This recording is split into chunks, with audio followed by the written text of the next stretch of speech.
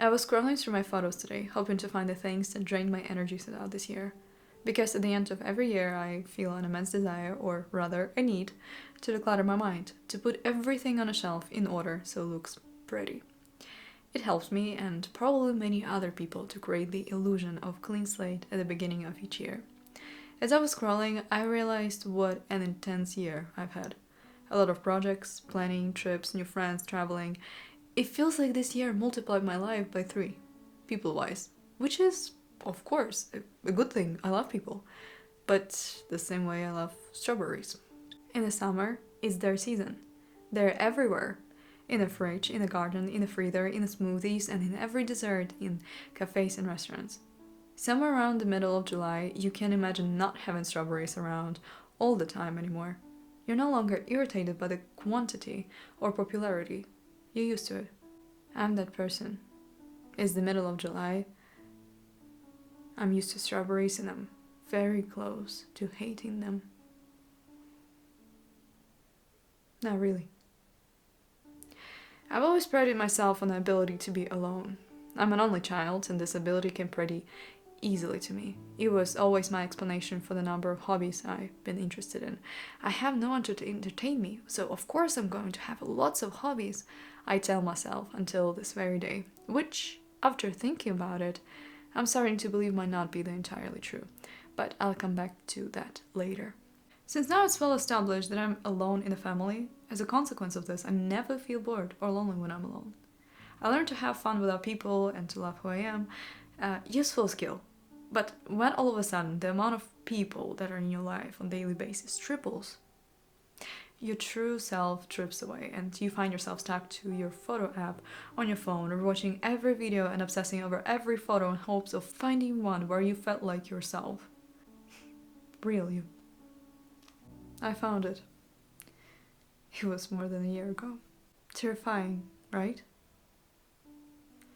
When that realization hit me, I started feeling very uncomfortable and out of place. How could I ignore the real me for more than a year?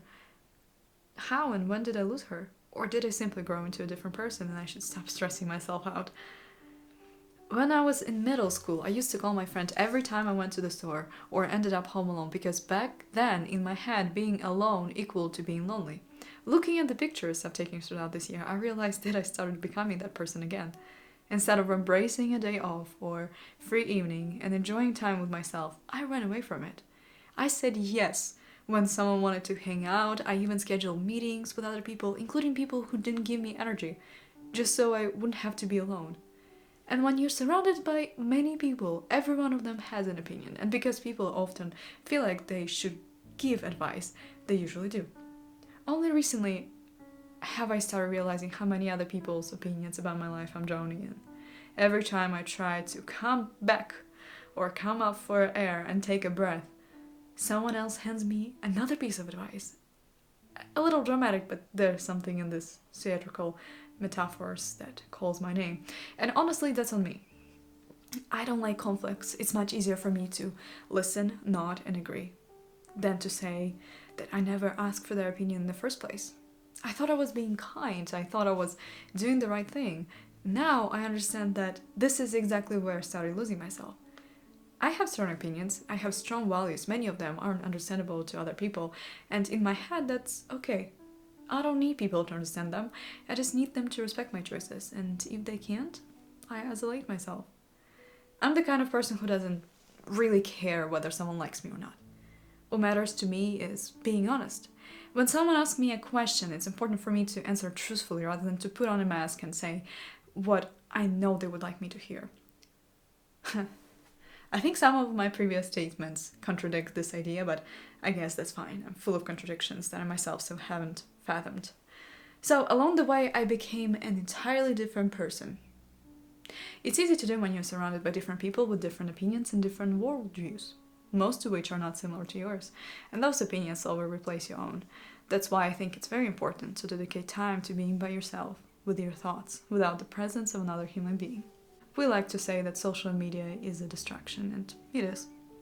But people are also a distraction, and a much bigger one, and much more hidden one. You can look at your screen time, and that's how you'll easily estimate how much of the distraction it is. But it's nothing new. Society already associates scrolling on your phone with something bad, but when it comes to people, it's always good. Socializing is good. Being with someone is good.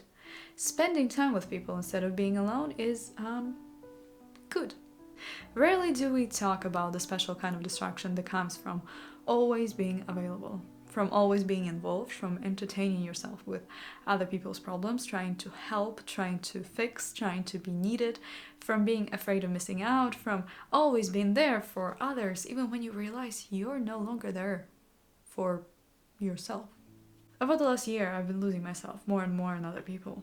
And even though I would like to blame someone else, it's my responsibility. I lowered my standards, I underestimated my feelings, I stopped trusting them because someone else told me I should.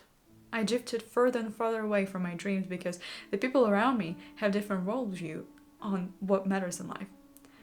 And the thing is true. Show me the 5 people you spend the most time with, and I'll tell you who you are.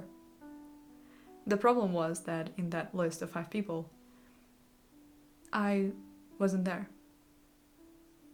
I took values, dreams, hopes, standards from other people. That's why I think it's so important to spend time with yourselves, the same way you spend time with other people. Go on dates with yourself, go to the cinema alone, go to a cafe, do puzzles, ask yourself the questions you ask other people when you're trying to get to know them. Because it's incredibly easy to lose who you are when the world around you is constantly telling you who you should be. It takes self-knowledge and maturity to put that noise aside and focus on what really matters. At the beginning of this article, I said I would come back to the topic of hobbies.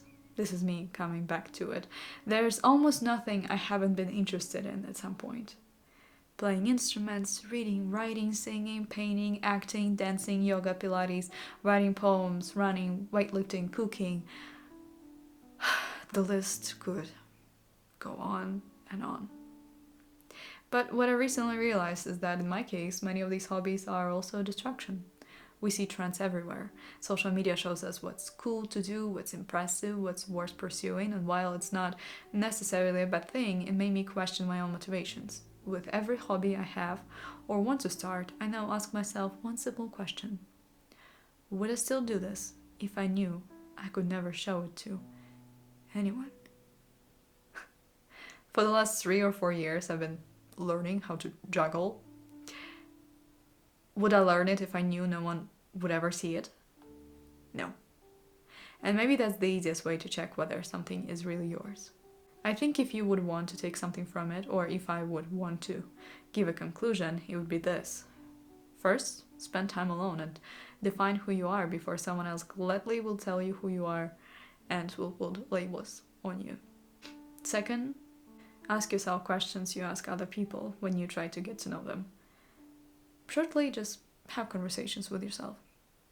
And third, if the answer is no to the question, would you buy, do, learn, etc., if no one would ever see it, you should probably stop doing or pursuing it.